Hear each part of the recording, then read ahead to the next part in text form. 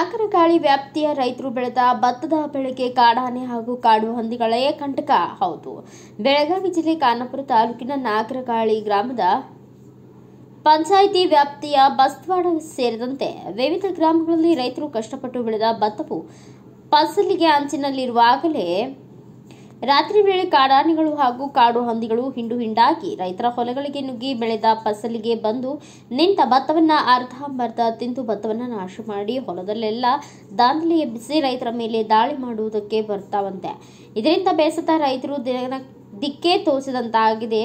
ಆದ್ದರಿಂದ ನಮ್ಮ ನ್ಯೂಸ್ ಸಮೂಹದ ರಾಜ್ಯ ಉಪಸಂಪಾದಕ ಬಸವರಾಜು ಅವರನ್ನ ಸಂಪರ್ಕ ಮಾಡಿದ ಬಸ್ತವಾಡ ಗ್ರಾಮದ ಗ್ರಾಮ ಪಂಚಾಯತ್ ಸದಸ್ಯ ರಿಯಾಜ್ ಪಟೇಲ್ ಅವರು ಸಂಪರ್ಕ ಮಾಡಿ ಗ್ರಾಮಕ್ಕೆ ಕರೆಯಿಸಿ ವಸ್ತುಸ್ಥಿತಿ ವಿವರಣೆ ಮಾಡಿದರು. ಇನ್ನು ಈ ಬಗ್ಗೆ ಸಮಗ್ರವಾಗಿ ವರದಿ ತಯಾರಿಸಿ ಬೆಳಗಾವಿ ಜಿಲ್ಲೆ ಉಪ ಅರಣ್ಯ ಸಂರಕ್ಷಣಾಧಿಕಾರಿಗಳು ಆದ ಎನ್ಇ ಕ್ರಾಂತಿ ಅವರಿಗೆ ಈ ಸಮಸ್ಯೆ ಬಗ್ಗೆ ಕರೆ ಮಾಡಿ अभिप्राय संग्रह ಮಾಡಿ ಬೆಳಕು ಚೆಲ್ಲುವ ಕೆಲಸ ಮಾಡಿದ್ದಾರೆ. बस्तवाडला किंवा या खानापूर तालुक्याला बऱ्याच जनावरांचे त्रास होत आहे. जवळजवळ आमच्या ह्या बस्तवाड गावाला जनावरांची जवळजवळ नाही म्हणजे तुम्ही 20 ते 25 वर्ष झाली भरपूर त्रास आहे.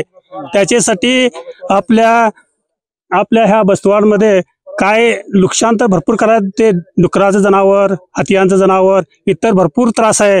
आणि ही आता सध्या म्हणजे तर ह्याची शेतकऱ्याची अशी परिस्थिती झाली की ही शेत बी सोडून आपलं घर बी सोडून असं बाजू जाताला असा विचार आहे. खरोखरच ह्या गव्हर्नमेंटाने आमच्या रैतांनी काहीतरी करून सोय करून द्यावी. आपल्या ज्या इकडच्या जमिनीमध्ये जे शेता जमिनीमध्ये जे प्राणी आणि जे हत्ती म्हणा जे डुकरांनी म्हणा जे नुकसान केलेले आहेत ते पाणी करण्यासाठी आलेले आहेत.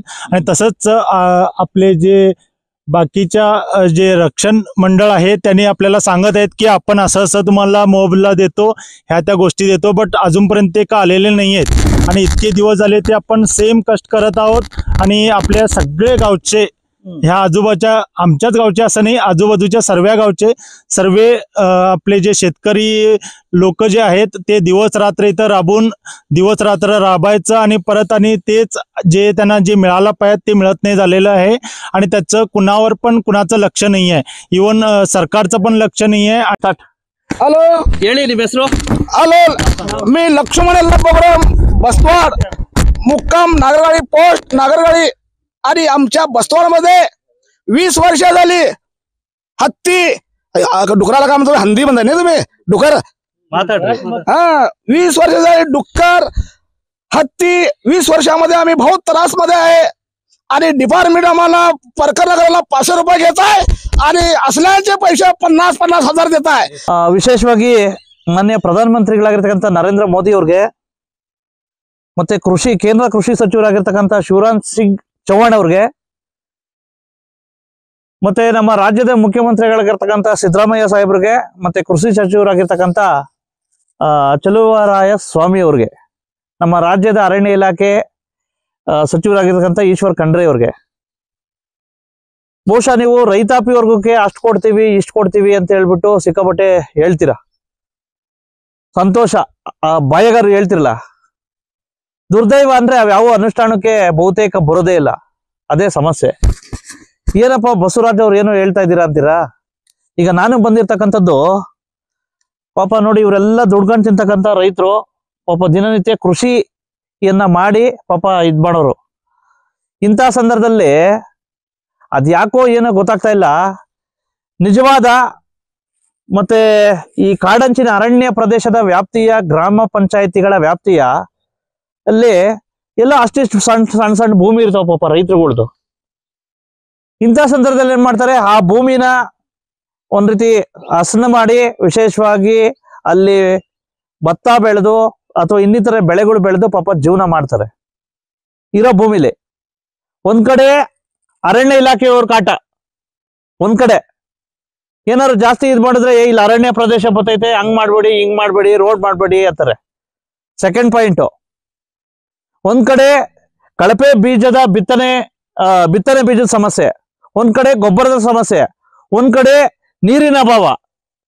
ಮಳೆಗಾಲ ಬಂತಂದ್ರೆ ಏನೋ ಪಾಪ ಇದಾಗ್ತೈತೆ, ಮಳೆಗಾಲ ಬರ್ಲಿಲ್ಲ ಅಂದ್ರೆ ನೀರಿನ ಅಭಾವ.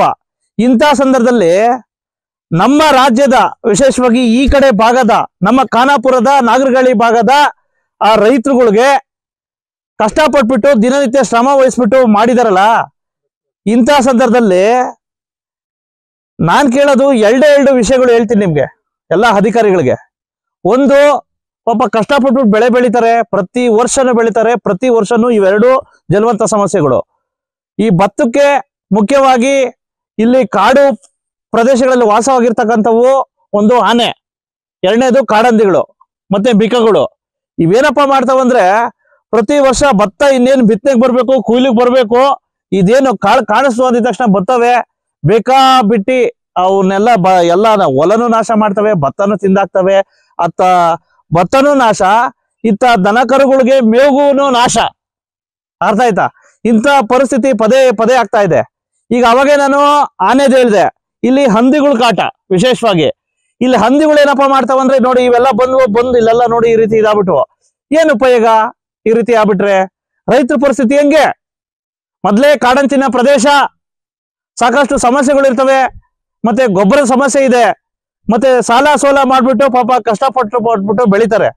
ಇಂಥ ಸಂದರ್ಭದಲ್ಲಿ ದಯವಿಟ್ಟು ನಾನ್ ಕೇಳೋದು ಮಾನವೀಯತೆ ದೃಷ್ಟಿಯಿಂದ ಇಂಥ ಕಾಡಂಚಿನ ರೈತರುಗಳಿಗೆ, ವಿಶೇಷವಾಗಿ ಅವ್ರು ಬೆಳಿತಕ್ಕಂಥ ಬೆಳೆಗಳಿಗೆ, ಆ ಹೊಲಗಳಿಗೆ ಪರಿಹಾರ ಇರ್ಬೋದು, ಅವ್ರು ಕೊಡ್ತಕ್ಕಂಥ ಸವಲತ್ತುಗಳಿರ್ಬೋದು, ಅವುಗಳಲ್ಲಿ ವಿಶೇಷ ಪ್ಯಾಕೇಜ್ ಘೋಷಿಸಿ. ಯಾಕಪ್ಪ ಅಂದ್ರೆ ಪಾಪ ಅವ್ರಿಗೆ ಇಲ್ದೇ ಇಲ್ಲ, ಮತ್ತೆ ಇಲ್ಲೇನು ಯಾವ ಕೈಗಾರಿಕೆನೂ ಇಲ್ಲ, ಅಥವಾ ಯಾವ್ದೇ ರೀತಿ ಕಾರ್ಖಾನೆನೂ ಇಲ್ಲ, ಯಾತದ್ದು ಇಲ್ಲ. ಅವರು ಬೆಳೆಯದೇ ಬೆಳಿಗ್ಗೆ ಹೋಗ್ತಾರೆ, ಏನೋ ಕಷ್ಟಪಟ್ಬಿಟ್ಟು ಹೊಲ್ದಾಗ ಕೆಲಸ ಮಾಡ್ತಾರೆ, ಆ ಹೊಲನೂ ಹಿಂಗ ಆಗ್ಬಿಟ್ರೆ ಆ ಇಳುವರಿನೂ ಬರ್ಲಿಲ್ಲ ಅಂದ್ರೆ ಹೆಂಗ್ರಿ ಪರಿಸ್ಥಿತಿ? ದಯವಿಟ್ಟು ಇಂಥವನ್ನ ಮನಗಣ್ಬೇಕು. MP ಅವರೇ, ಕಾಗೇರಿ ಅವರೇ, ನೋಡ್ರಿ, ನಾನು ನೇರವಾಗಿ ಹೇಳ್ತೀನಿ, ನೀವು ಅಷ್ಟು ಕೊಡ್ಸಿದೀವಿ ಇಷ್ಟು ಕೊಡ್ಸಿದೀವಿ ಅಂತೀರಲ್ಲ, ಎಲ್ರಿ ನೋಡ್ರಿ ನಮ್ಮ ರೈತರ ಪರಿಸ್ಥಿತಿ, ಪಾಪ ಕಣ್ಣೀರಿನ ಕಥೆನ ನೋಡ್ರಿ. ಸಚಿವರೇ, ಜನಪ್ರತಿನಿಧಿಗಳೇ ನೋಡಿ, ತುಂಬಾ ಭಾವುಕವಾಗಿ ಮಾತಾಡ್ತೀನಿ, ಆಯ್ತಾ? ಹಾಗಾಗಿ ಪಾಪ ಇವ್ರು ರೈತರು ಪಾಪ ಒಂದು ವಾರದಿಂದ ಪದೇ ಪದೇ ಕಾಲ್ ಮಾಡ್ತಾ ಇದ್ರು ನಮ್ಮ ಮಾಜಿ ಅಧ್ಯಕ್ಷರು ಪಾಟೀಲ್. ಹಾಗಾಗಿ ಪಟೇಲ್ ಕಾಲ್ ಮಾಡ್ತಾ ಇದ್ರು, ಸದರಿ ಪ್ರಕಾರ ಬಂದ್ ಭೇಟಿ ಕೊಟ್ಟಿದ್ದೀನಿ. ಈ ವರದಿನ ನಾನು ತಯಾರು ಮಾಡ್ಬಿಟ್ಟು ನಿಮ್ಗೆ ಟ್ವೀಟ್ ಮಾಡ್ತೀನಿ. ದಯವಿಟ್ಟು ಈ ಒಂದು ರೈತರುಗಳಿಗೆ ಆಗಿರ್ತಕ್ಕಂಥ ಅನ್ನಕ್ಕೆ ಕೂಡಲೇ ಸರ್ಕಾರಿ ಕೃಷಿ ಇಲಾಖೆ ಇರ್ಬೋದು, ಅರಣ್ಯ ಇಲಾಖೆ ಇರ್ಬೋದು, ನೀವು ಕೊಡ್ತಕ್ಕಂಥದ್ದು 6,000 ರೂಪಾಯಿ ಏನು ಉಪಯೋಗ ಇಲ್ಲ ರೀ. 1 ಎಕರೆಗೆ ಬರೀ 6,000 ರೂಪಾಯಿ ಅರಣ್ಯ ಇಲಾಖೆ ಪರಿಹಾರ ಕೊಟ್ಬಿಟ್ರೆ ಅವ್ರಿಗೆ ಇದಾಗ್ತೈತೇನ್ರಿ? ಬರೇ ಒಂದು ಗದ್ದೆಗಾಗುತ್ತೆ, ಗೊತ್ತಾಯ್ತಾ? ಒಂದು ಗದ್ದೆಗೆ ಒಂದ್ ಮಿನಿಮಮ್ ಒಂದ್ ಭತ್ತ ಬೆಳೆಸ್ಬೇಕಾದ್ರೆ ಮಿನಿಮಮ್ ಅಂದ್ರೂ ಒಂದ್ 20 ರಿಂದ 30 ರೂಪಾಯಿ ಖರ್ಚಾಗ್ತೈತಿ ಏನ್ರಿ ಅಣ್ಣವ್ರೆ? ಇಂಥ ಸಂದರ್ಭದಲ್ಲಿ ನೀವು ಬರೀ 6,000 ಕೊಟ್ರೆ ಯಾರ್ರೀ ಉಪಯೋಗ? ದಯವಿಟ್ಟು ಈ ಕಡೆ ಗಮನ ಹರಿಸಿ ಅಂತಕ್ಕಂಥ ಮಾತುಗಳನ್ನ ಹೇಳ್ತಾ ಬರ್ರಿ. ಆ ರೈತರುಗಳು ಏನ್ ಹೇಳ್ತಾರೆ ಅದ್ರ ಬಗ್ಗೆ. ಓ ಏನಪ್ಪಾ ಬಸವರಾಜ್ ಅವ್ರು ಎಲ್ಲ ಹೊಲ್ಟೋಗಿದ್ದಾರೆ ಅಂತೀರಾ? ಎಲ್ಲ ಭತ್ತದ ಬುಡದಾಗ ನಿಂತಿದ್ದೀರಾ ಅಂತೀರಾ? ಹೌದು, ನಾನು ಭತ್ತದ ಹೊಲ್ದಾಗೆ ನಿಂತಿದ್ದೀನಿ. ವಿಶೇಷ ಏನಪ್ಪಾ ಅಂತಂದ್ರೆ ಈ ಕಾಡಂಚು, ವಿಶೇಷವಾಗಿ ಖಾನಾಪುರ ತಾಲೂಕಿನ ನಾಗರಗಳಿ ಗ್ರಾಮ ಪಂಚಾಯತಿ ವ್ಯಾಪ್ತಿಯ ಅರಣ್ಯ ಪ್ರದೇಶಗಳಲ್ಲಿ ಇರ್ತಕ್ಕಂಥ ಒಂದು ಭೂಮಿಲಿ ಪಾಪ ರೈತರು ತನ್ನ ಹೊಟ್ಟೆಪಾಡಿಗಾಗಿ ಒಂದು ಭತ್ತನ ಬೆಳ್ಕತಾರೆ. ಆ ಭತ್ತಗಳು ಒಂದ್ ಕಡೆ ಆ ಕಳಪೆ ಬೀಜ, ಒಂದ್ ಕಡೆ ಸರಿಯಾಗಿ ಗೊಬ್ಬರ ಸಿಗದೆ ಇರತಕ್ಕಂಥದ್ದು ಒಂದ್ ಕಡೆ. ಇನ್ನೊಂದ್ ಕಡೆ ಏನಪ್ಪಾ ಅಂತಂದ್ರೆ ನಿಜವಾಗೂ ಕಾಡಂಚಿನ ನಿವಾಸಿಗಳಿಗೆ, ವಿಶೇಷವಾಗಿ ಅರಣ್ಯ ಪ್ರದೇಶದ ರೈತರುಗಳಿಗೆ, ಭತ್ತ ಬೆಳೆತಕ್ಕಂಥ ರೈತರುಗಳ ಸಮಸ್ಯೆ ಏನಪ್ಪಾ ಅಂತಂದ್ರೆ ಈ ಕಾಡು ಪ್ರಾಣಿಗಳ ಹಾವಳಿ ಸಹ ಜಾಸ್ತಿ ಮಾಡಿ ಆ ಬೆಳೆಗಳನ್ನ ನಾಶ ಮಾಡ್ತವೆ. ನೋಡಿ, ಉದಾಹರಣೆ ಈಗ ನಾನು ಬಂದಿರತಕ್ಕಂಥದ್ದು ಒಂದ್ ರೀತಿ ನಾಗರಗಾಳಿ ಗ್ರಾಮ ಪಂಚಾಯತಿ ವ್ಯಾಪ್ತಿಯ ಬಸವಾಡ ಗ್ರಾಮಕ್ಕೆ ಬಂದಿದ್ದೇನೆ. ಬಸವಾಡ ಗ್ರಾಮದ ವ್ಯಾಪ್ತಿಯ ಈ ಭತ್ತ ಬೆಳಿತಕ್ಕಂಥ ರೈತ ಏನಪ್ಪ ನಿನ್ನ ಹೆಸರು? ಲಕ್ಷ್ಮಣ್ ಕಲ್ಲಪ್ಪ ಬೇಕ್ವಾಡ್ಕರ್. ಇವರು ಪಾಪ ಕಷ್ಟಪಟ್ಬಿಟ್ಟು ಏನೋ ಉಪಜೀವನಕ್ಕೆ ಒಂದ್ ರೀತಿ ಭತ್ತ ಬೆಳೆದಿದ್ರು. ಆದ್ರೆ ದಿನನಿತ್ಯ ಆನೆಗಳ ಕಾಟದಿಂದ ಎಲ್ಲೋ ಒಂದ್ ಕಡೆ ಭತ್ತನೆಲ್ಲ ಸಂಪೂರ್ಣವಾಗಿ ನಾಶ ಮಾಡಿದೆ. ಆಯ್ತಾ? ಈ ರೀತಿ ಆಗ್ಬಿಟ್ರೆ ರೈತನ ಪರಿಸ್ಥಿತಿ ಯಾವ ರೀತಿ? ಪಾಪ ಅವ್ರು ಬದುಕೋದಂಗೆ. ಮೊದ್ಲೇ ರೈತರು ಸಂಕಷ್ಟದಲ್ಲಿದ್ದಾರೆ, ಸಾಲ ಸೋಲ ಮಾಡಿ ನಾಟಿ ಮಾಡಿ ಏನೋ ಮಾಡಿರ್ತಾರೆ. ಇಂಥ ಸಂದರ್ಭದಲ್ಲಿ ಈ ರೀತಿ ಇದಾಗ್ಬಿಟ್ರೆ ಯಾವ ರೀತಿ? ದಯವಿಟ್ಟು ಮೊನ್ನೆ ಕೃಷಿ ಸಚಿವರು ಮತ್ತೆ ಅರಣ್ಯ ಇಲಾಖೆ ಸಚಿವರು ದಯವಿಟ್ಟು ಈ ರೀತಿ ನೋಡಿ, ವಾಸ್ತವಕ್ಕೆ ಹತ್ರ ಇದೆ. ಬರೇ ನೀವು 6,000 ಗಟ್ಲೆ ಅರಣ್ಯ ಇಲಾಖೆಯಿಂದ ಕೊಡ್ತೀರಾ ಪರ್ ಎಕರೆಗೆ. ಆದ್ರೆ ನೋಡಿ, ಈ ರೀತಿ ಪಾಪ ಬಡ ರೈತರುಗಳ ಪರಿಸ್ಥಿತಿ ಯಾವ ರೀತಿ? ನಿಮ್ಮ 6,000 ಯಾವುದಕ್ಕೆ ಆಗುತ್ತೆ ಸ್ವಾಮಿ? ದಯವಿಟ್ಟು ಇಲ್ಲ, ಆ ಕಾಡು ಪ್ರಾಣಿಗಳನ್ನ ದಯವಿಟ್ಟು ಈ ಕೃಷಿ ಏತರ ಕೃಷಿ ಭೂಮಿ ಎಲ್ಲೆಲ್ಲಿರ್ತಾವೋ ಅಲ್ಲಿ ಕಂಟ್ರೋಲ್ ಮಾಡೋದಕ್ಕೆ ನಿಮ್ ಸಿಬ್ಬಂದಿನ ನಿಯೋಜನೆ ಮಾಡಿ. ಒಂದು ಇಲ್ಲ ಅಂದ್ರೆ ದಯವಿಟ್ಟು ಆ ರೈತರುಗಳಿಗೆ ವಿಶೇಷ ಪ್ಯಾಕೇಜ್ ಘೋಷಣೆ ಮಾಡ್ಬಿಡಿ. ಆಯ್ತಾ? ಈ ರೀತಿ ಪದೇ ಪದೇ ಆಗ್ಬಿಟ್ರೆ ಯಾವ ರೀತಿ? ಬನ್ನಿ ಈಗ ರೈತರು ಏನ್ ಹೇಳ್ತಾರೆ, ಆನೆಗಳ ಒಂದ್ ರೀತಿ ಅವಳಿಯಿಂದ ಕಂಗೆಟ್ಟ ಭತ್ತದ ಬೆಳೆ ಅನ್ನೋದ್ರ ಬಗ್ಗೆ ಶೀರ್ಷಿಕೆ ಹೇಳಿ ಬಂದಿದ್ದೀನಿ. ನಮಸ್ತೆ, ಹೇಳಿ ನಿಮ್ಮ ಹೆಸರು? ಲಕ್ಷ್ಮಣ್ ಕಲ್ಲಪ್ಪ ಬೇಕ್ವಾಡ್ಕರ್, ಯಾವ್ರಿ? बस्तवाड़ बस्तवाड़ ಯಾವ ಗ್ರಾಮ ಪಂಚಾಯತಿ? नागरगळे. ಹೇಳಿ, ಏನ್ ಸಮಸ್ಯೆ ಇದು? याने सगळं भातच खाऊन टाकलेले आहे. ಹಾ, काय माझ्याचं काहीच नाही पाळीत म्हणून. हा ಹೌದಾ? हा ಓಕೆ, ಹೇಳಿ ನಿಮ್ಮ ಹೆಸರು ಹೇಳಿ. ಈ ಕಡೆ ಬರ್ರಿ. ರಿಯಾಜ್ ಪಾಟೀಲ್. ರಿಯಾಜ್ ಪಾಟೀಲ್, ಹೇಳಿ ಸರ್, ಏನ್ ಸಮಸ್ಯೆ ಇದು? ಇದು ಆನೆಯಿಂದ ಕಾಡು ಪ್ರಾಣಿಯಿಂದ ಬಹಳ ತ್ರಾಸ ಆಗ್ತದ್ರಿ ಸರ್. ಹಾ, ನಮ್ಗ ಪರಿಹಾರ ಜಾಸ್ತಿ ಕೊಡಂಗಿಲ್ಲ ಸರ್. ನಮ್ಗ ದಯವಿಟ್ಟು ಇನ್ನೊಂದು ಸೋಲಾರ್ ಸಿಸ್ಟಮ್ ಐಬ್ಯಾಕ್ಸ್ ಮಾಡ್ಕೊಂಡು ದಯವಿಟ್ಟು ವಿನಂತಿ ಐತ್ರಿ. ಹೌದಾ? ಯಾಕೆ ಇದು ಪದೇ ಪದೇ ಇದಾಗ್ಬಿಟ್ರೆ ಯಾವ ರೀತಿ ರೈತರ ಪರಿಸ್ಥಿತಿ? ಯಾವ ರೀತಿ ರೈತರ ಪರಿಸ್ಥಿತಿ ಬಹಳ ಕಠಿಣ ಐತ್ರಿ ಸರ್. ಹಾ, ರೈತರಿಂದ ಎಲ್ಲಾ ಕಾಡು ಪ್ರಾಣಿ ಬಹಳ ತಿಂತಾರೆ. ಎಲ್ಲಾ ಏನು ಒಂದೇ ಪ್ರಾಣಿ ಇಲ್ರ ಸರ್. ಆನೆ, ಕರಡಿ, ಎಲ್ಲಾ ಹಾ. ಹಂದಿ ಎಲ್ಲಾ ತಿಂತಾರ. ಹಾ, ಆತರ ಸಂಬಂಧ ನಮ್ಮ ರೈತರಿಗೆ ಬಹಳ ತ್ರಾಸ ಆಗ್ತದೆ ಸರ್. ಹೌದಾ? ಈಗ ಒಟ್ಟಾರೆ ಏನಪ್ಪಾ ಅಂದ್ರೆ ಪರಿಹಾರ ಜಾಸ್ತಿ ಬೇಕು. ಪರಿಹಾರ ಜಾಸ್ತಿ ಬೇಕು. ನಮ್ಗೆ ಸೋಲಾರ್ ಸಿಸ್ಟಮ್ ಐಬ್ಯಾಕ್ಸ್ ಪೂರ್ತಿ ಊರಾಗೆ ಕೊಡ್ಬೇಕ್ರಿ. ಮೊನ್ನೆ ನಾಗರಗಾಳಿ ಗ್ರಾಮ ಪಂಚಾಯತಿ, ಖಾನಾಪುರ ತಾಲೂಕ್ ನಾಗರಗಾಳಿ ಗ್ರಾಮ ಪಂಚಾಯತಿ ವ್ಯಾಪ್ತಿಯ ಬಸ್ತವಾಡಕ್ಕೆ ಹೋಗಿದೆ ಸರ್. ಅಲ್ಲಿ ಒಂದು ಭತ್ತ, ಈ ಆನೆಗಳು ಮತ್ತೆ ಕಾಡದ್ದಿಗಳಿಂದ ಪಾಪ ರೈತರುಗಳು ಬೆಳೆಗಳು ಭತ್ತಕ್ಕೆಲ್ಲ ನಾಶ ಮಾಡ್ತಾ ಇದೆ. ಹಾಗಾಗಿ ಕೃಷಿ ಅಧಿಕಾರಿಗಳ ಹತ್ರ ಹೋಗಿದ್ದೆ. ಕೃಷಿ ಅಧಿಕಾರಿಗಳು ಸಹ ಹೇಳಿಕೆ ಕೊಟ್ಟಿದ್ದಾರೆ. ಹಾಗಾಗಿ ದಯವಿಟ್ಟು ಇಲ್ಲ, ಅದು ನೀವು ಕೊಡ್ತಕ್ಕಂತ ಪರಿಹಾರ ಏನು 6,000 ಇದೆಯಲ್ಲ, ಅದು ಏನಕ್ಕೂ ಇದಾಗಲ್ಲ ಸರ್. ದಯವಿಟ್ಟು ಅವಕ್ಕೆ ಏನಾದ್ರು ಬರ್ದಿದ್ದಂಗೆ ಯಾವುದೇ ರೀತಿ ಒಂದು ಸುರಕ್ಷತಾ ಸಲಕರಣೆ ಕೊಟ್ರೆ ಒಳ್ಳೇದಾಗುತ್ತೆ ಅಂತಕ್ಕಂಥ ನನ್ನ ಅಭಿಪ್ರಾಯ ಸರ್. ಆಯ್ತು, ನಾನು ನಮ್ಮ ಇವರಿಗೆ ಮಾತಾಡಿ ಹಾಂ ಸರ್, ಏನೇನು ಮಾಡ್ಬೋದು ಅಂತೇಳಿ ಒಂದೊಂದ್ಸಲ ನಾನು ವಿಸಿಟ್ ಮಾಡಿ ಹಾಂ ಸರ್, ಏನು ಮಾಡ್ಬೋದು ಅಂತೇಳಿ, ಹಾಂ ಸರ್, ಏನು ಕ್ರಮ ತಗೋಬೋದು ಅಂದರೆ ಏನು ಬ್ಯಾರಿಕೇಡ್ಸ್ ಥರ ಏನು ಮಾಡ್ಕೋಬೋದು ನೋಡೋಣ. ನಾನು ಅದನ್ನ ಫೀಲ್ಡ್ ರಿಪೋರ್ಟ್ ತರಿಸ್ಕೊಂಡು ಅಲ್ಲಿ ಅಪ್ಡೇಟ್ ಮಾಡ್ತೀನಿ. ಹಾಂ ಸರ್, ಇದು ವರದಿ ಮಾಡ್ತಾ ಇದೆ ಸರ್. ಮಾಡೋಣ, ಖಂಡಿತ ಏನಾದರೂ ಒಂದು ಮಾಡ್ಬೇಕು. ಆ್ಯಕ್ಚುಲಿ ದಯವಿಟ್ಟು ರೈತರನ್ನ ದಯವಿಟ್ಟು ಉಳಿಸ್ತಕ್ಕಂಥ ಕೆಲಸ ಮಾಡಿ ಸರ್, ಪ್ಲೀಸ್ ಸರ್. ಇಲ್ಲ ಖಂಡಿತ ಕೆಲಸ ಮಾಡಿ. ಹಾಂ ಸರ್, ನಾನು ಸಹ ಒಂದ್ಸಲ ಭೇಟಿ ಆಗ್ತೀನಿ ಸರ್. ಹಾಗಾಗಿ ನಿಮ್ದೊಂದು ಫೋಟೋ ಇದು ಹಾಕೋಣಕ್ಕೆ ನ್ಯೂಸ್ ಮಾಡ್ತಾ ಇದ್ದೆ ಸರ್ ನಾನು.